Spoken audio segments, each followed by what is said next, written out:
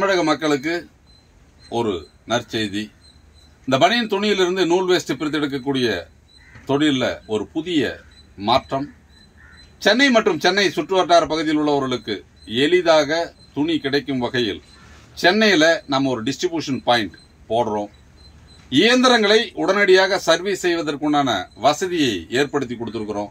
இந்த இயந்திரங்களுக்கு தேவையான அந்த ஸ்பேர் பார்ட்ஸ் இங்கேயே அவைலபிள் இருக்கும். உடனே நீங்க வாங்கிக்கலாம். நீங்கள் தயாரித்த அந்த நூலை திருப்பூருக்கு அனுப்பாம சென்னையிலேயே கொடுத்து நீங்க பைபேக் எடுத்து வாங்கிக்கலாம்.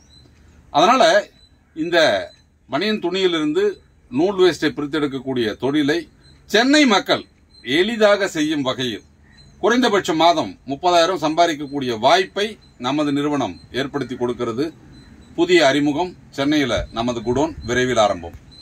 இப்போ வேஸ்ட் துணி இது வெளியில தான் வாங்குறோம். அதுல வந்து பாத்தீங்க அப்படின்னு சொன்னா 50 ரூபாய்க்கு இருக்குது, 53 ரூபாய்க்கு இருக்குது, 60 ரூபாய்க்கு இருக்குது, 70 ரூபாய்க்கு இருக்குது. அந்த விலைக்கு தகுந்த மாதிரி சைஸ் இருக்குது. இப்போ எந்த மாதிரி துணி எடுத்து ஓட்டினா உங்களுக்கு வேஸ்டேஜ் கம்மியா வருது, எந்த அளவுக்கு உங்களுக்கு லாபம் கிடைக்கும்? இந்த பிடி வேஸ்ட் பனியன் துணின்னு இருக்கு. குறைஞ்சது 4 வரக்கடை இருக்கணும், ஒரு 3/4 முழம் இருக்கணும். அந்த அளவு இருந்தாலே போறோம். இந்த நிலாப்புற மாதிரி இந்த மாதிரிலாம் இருந்தால் அது வந்து இப்படி போகிறதுக்குள்ளே அந்த விழுந்துருது, அதில் வராது. நிலாப்புற நெக்கு மாதிரி இந்த மாதிரிலாம் இருந்தால் வராது. இந்த மாதிரி இருந்தால் வரும். 53 ரூபா 52 ரூபாய்க்கு துணி வாங்கினோம்னா ஓரளவு நல்லாயிருக்கும். 45 50 இதுக்கெல்லாம்ங்கிறதுலாம் அவ்வளோ தரம் இல்லை. குறைஞ்சது ஒரு 52 ரூபா 53 ரூபாய்க்கு துணி வாங்குறது நல்லாயிருக்கும். அதை நம்ம பார்த்து கட்டுக்கட்டாகவும் இருக்கும். துணி நீங்கள் பார்க்குறதுக்கு அழகாக கலராக இருக்கும். சில மூட்டையில் பார்த்தீங்கன்னா ஒரே கலராகவே இருக்கும்.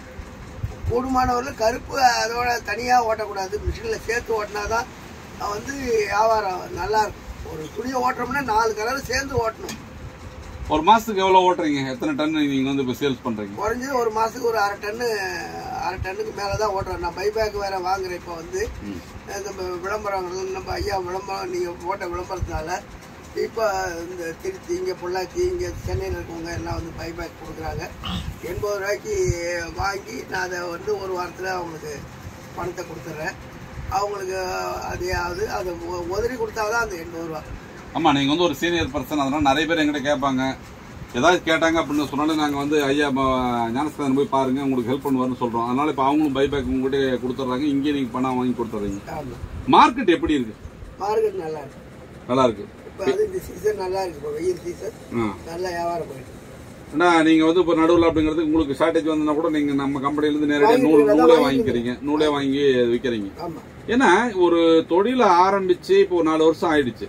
இப்போ நீங்க இந்த தொழிலுக்கு வந்து நிறைய பேர் ஆரம்பிக்கிறப்பவே வந்து பொதுவரைக்கும் ஒரு நெகட்டிவா, அதாவது இது இப்படி ஆயிருமா அப்படி ஆயிருமா அப்படின்னு நம்ம சிந்திக்கிறாங்க. அந்த மாதிரி ஆளுகளுக்கு உங்க கருத்து என்ன? அவங்க ஆரம்பத்தில் வந்து கஷ்டப்பட்டு இந்த மாதிரி பண்ணணும்னு விடாமுயற்சியா இதுதான் செய்யணும், நமக்கு வேற தொழில் இல்லை, இதுதான் செஞ்சாங்கன்னா கட்டாயம் இதுல இருந்து முன்னேறலாம். இந்த தொழிலை வச்சுக்கிட்டு இன்னொரு தொழிலை வச்சுக்கிட்டு நாங்கிறது கஷ்டம். அதனால அதுல லாபம் வர்றப்ப இதை விட்டுருவாங்க அந்த மாதிரி ஆயிடும்.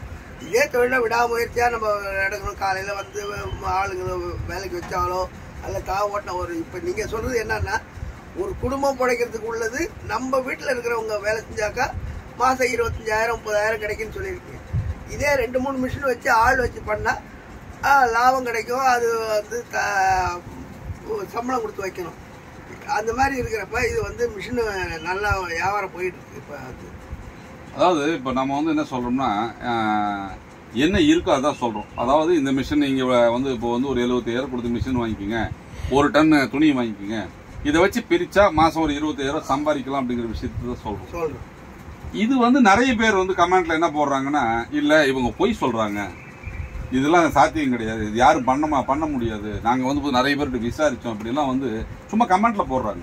ஏண்டா இப்போ நிறைய பேர் இந்த மேயற மாடு நக்கர மாடுக்கு எடுக்கிற கதையா, ஒரு தொழில் டெவலப் ஆகிறப்போ அந்த எதிரிகளுடைய செயல்பாடு அப்படிங்கிறது இந்த தொழிலை முடக்கிறதுக்காக இந்த மாதிரி நெகட்டிவான விஷயங்களை போடுறாங்க. இப்போ ஒரு 67-68 வயசுல வந்து போறீங்க, இந்த தொழிலை நீங்க வந்து எங்கிட்ட இருந்து எடுத்து ஆரம்பிச்சு செஞ்சு இன்னைக்கு வந்து போறீங்க ஒரு 4 வருஷம் அப்படிங்கிறது சக்சஸ்ஃபுல்லா ஓட்டிட்டு இருக்கீங்க. ஒரு மிஷின் எடுத்து ஒரு 3 மிஷினா வந்துருக்கீங்க. உங்களுடைய கருத்துல ஏதாச்சும் எங்க நிறுவனம் வந்து தப்பான தகவலை உங்களுக்கு கொடுத்துருக்கா?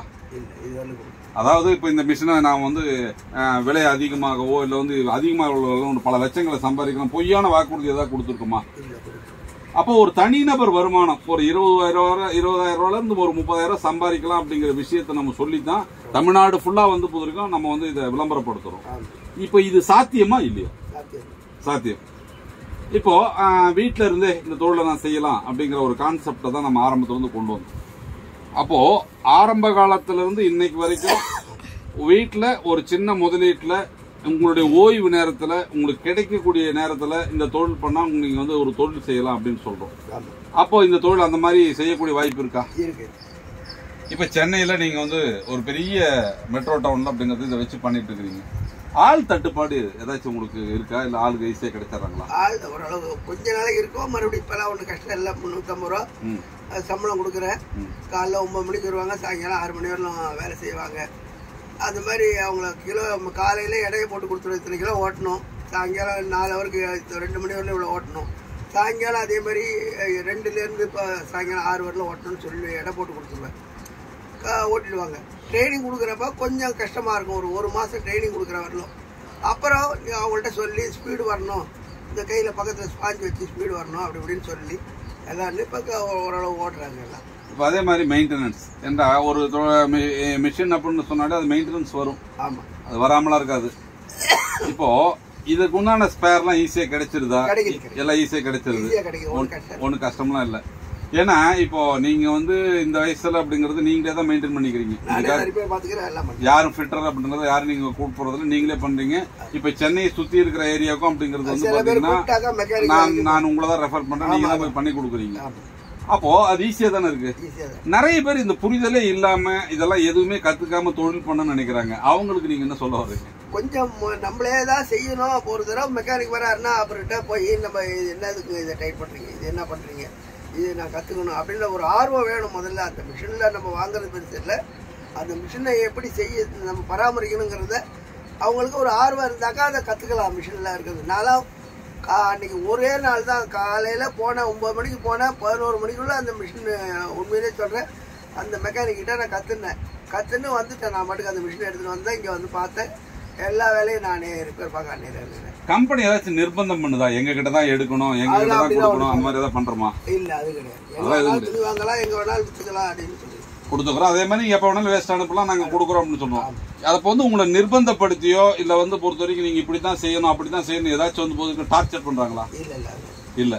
அதே மாதிரி இப்ப நீங்க துணி இப்ப நீங்க கேக்குறீங்க அப்படின்னு சொன்னா ஒரு 300 கிலோ கேக்குறீங்க அப்படின்னு சொன்னா இல்ல 50 கிலோ தான் அனுப்பு, 100 கிலோ தான் அனுப்புன்னு சொல்றாங்களா? அதெல்லாம் சொல்றது. பணத்தை கட்டணும்னா உடனே சரக்கு ஒரு 2 நாள்ல. அதே மாதிரி நூல் தயாரிச்சு வைக்கிறப்போ அப்படிங்கிற இப்போ புதுசா இந்த மிஷின் எடுக்க வரவங்களுக்கு இருக்கிற பயம் என்னன்னா, இந்த பைபேக் அப்படின்னு சொன்னா வந்து பொறுத்து ஒரு 2-3 தடவை எடுப்பாங்க, அதுக்கப்புறம் எடுக்க மாட்டாங்க அப்படிங்கிற மாதிரி எங்கேயோ அவங்க ஏமாந்த கதையெல்லாம் வந்து இங்க புட்டப் பண்றாங்க. நம்ம நிறுவனம் என்னைக்காச்சும் பைபேக் எடுக்காது, இல்ல நீங்க அனுப்புறப்ப நீங்க அனுப்பாதீங்க ஐயா, எனக்கு இன்னும் 1 மாசம் கழிச்சு அனுப்புங்கிற மாதிரி ஏதாவது சொல்லியிருக்கா? இல்லை, அந்த திருப்பூர்ல பாய்ங்க தான் 2-3 பேர் இந்த திருச்சியில் ஒருத்தர் கொடுத்துருக்காங்க. அவங்க கொண்டு கொடுத்துருக்காங்க. இன்னும் 2 பேர் கொடுத்தப்ப வாங்கிட்டு அப்புறம் நான் வாங்க மாட்டேன் அப்படின்னு சொல்லிட்டாங்க. அந்த மாதிரி பார்ட்டிலாம் இப்போ அவங்ககிட்ட போய் பாய்கிட்ட போய் மிஷின் வாங்கிட்டாங்க. அப்புறம் அவங்க பைபேக் எடுக்க மாட்டேன்ட்டாங்க. அப்போ அதெல்லாம் என்கிட்ட கேட்டாங்க, எப்படியோ நம்பரை பார்த்து நான் நீ எடுத்துக்கிறீங்கன்னா எடுத்துக்கிறேன்னு சொல்லி அப்போ எடுக்கிறாங்க. அந்த மாதிரி அவங்க தான் பண்ணுறாங்க. அந்த மாதிரி இப்போ பார்த்தீங்க அப்படின்னு சொன்னால் தமிழ்நாட்டில் நம்ம இதை ஆரம்பித்தோம், நிறைய மிஷின் தயாரிக்கிறவங்க அப்படிங்கிறது வந்து பண்ணிட்டு இருக்கிறாங்க. நம்ம நிறுவனம் இப்போ நீங்கள் வந்து ஒரு அனுபவஸ்தர், நீங்கள் வந்து ஆரம்பத்தில் வர்றப்போ அப்படிங்கிறது வந்து பார்த்தீங்கன்னா நீங்கள் எங்களுடைய 3வது கஸ்டமரோ 4வது கஸ்டமரோ நினைக்கிறேன். அன்னையிலிருந்து இன்னைக்கு வரைக்கும் கம்பெனியோடைய செயல்பாடு அப்படிங்கிறது ஒரு திருப்திகரமாக இருக்குதா? இப்போ நீங்கள் வந்து பொதுவாக நம்மகிட்ட மிஷின் எடுக்குன்னு நிறைய பேர் நீங்களும் அனுப்புறீங்க, நிறைய பேர் வந்து எடுத்துட்டு இருக்கிறாங்க. இருந்தாலும் ஏன்னா இன்னைக்கு ஒரு தொழில் ஆரம்பிக்கிறாங்கன்னா நிறைய பேர் இந்த சின்ன சின்ன கம்பெனி நிறைய இன்னைக்கு வந்து மிஷின் தயாரிக்கிறோம், நாங்கள் விற்கிறோம் அப்படிங்கிற அளவுக்கு ஆரம்பிச்சுட்டு இருக்காங்க. அவங்களுக்கும் நமக்கும் அப்படிங்கிற ஒரு வித்தியாசம் அப்படிங்கறத நீங்க எப்படி உணர்றீங்க? அந்த மிஷின் வந்து அவ்வளோ தரமா இல்லை, அவங்க கேட்கறதுக்கு சரியான பதில சொல்ல மாட்டேங்கிறாங்க, அந்த மாதிரி இருக்கு. ஆனால் நம்ம இதில் ஓரளவு கேட்டால் எல்லாம் சொல்றாங்க. இருந்தாலும் நீங்க இன்னொரு இது அந்த இதில் இருக்கவங்கள்ட்ட கொஞ்சம் ஃபோன் எடுத்து கொஞ்சம் பேசுறதுக்கு கொஞ்சம் சொல்ல, கஸ்டமர் கேட்டால் அதை மட்டும் கொஞ்சம் சில பேர் அதுதான் ஒரு கம்ப்ளைண்ட் வருது. இல்லைங்க, அதுதான் இப்போ என்ன பண்ணிட்டோம்னா தமிழ்நாடு ஃபுல்லா வந்து அதிகப்படியான வாடிக்கையாளர் வந்துட்டாங்க. இன்னைக்கு உங்களை சந்திக்க வந்த விஷயமே என்ன அப்படின்னு கேட்டீங்கன்னா, சென்னை இந்த பகுதியில் அப்படிங்கிறது குறைஞ்சது அப்படிங்கிறது ஒரு 100க்கும் மேற்பட்ட மிஷின் வந்து ஓடிட்டு இருக்கு. அதனால இங்க ஒரு ஹப்பு, அதாவது இங்கேயே வந்து பொறுத்த வரைக்கும் ஒரு குடோன் போட்டு துணியை இங்க ஸ்டாக் பண்ணிட்டு இங்கிருந்தே துணியை கொடுத்து அங்க தயாரித்த நூல் வந்து நம்ம இங்கேயே வாங்கலாம் அப்படிங்கிற ஒரு விஷயத்த வந்து நம்ம செய்யலாம்னு முடிவு பண்ணியிருக்கோம். என்னன்னா ஒரு அளவுக்கு அதிகமான அப்படிங்கிறது இயந்திரங்கள் நம்ம விற்கிறதுனால இப்போ அங்கங்க பிரிச்சு சின்ன சின்ன நம்ம ஒரு டிஸ்ட்ரிபியூஷன் பாயிண்ட் நம்ம போட்டோம்னா ஈஸியா இருக்கும் அப்படிங்கிறதுனால தான் இன்னைக்கு வந்து உங்களை சந்திக்க வந்தோம். என்ன கேட்டால் இங்க வந்து சென்னையில போடலாம் அப்படின்னு நம்ம முடிவு பண்ணியிருக்கோம். அதை நீங்க நிர்வகிக்கக்கூடிய ஒரு இது இருக்கட்டும் அப்படிங்கிறதுக்காக தான் உங்களை நான் கலந்து ஆலோசிக்க வந்தோம்.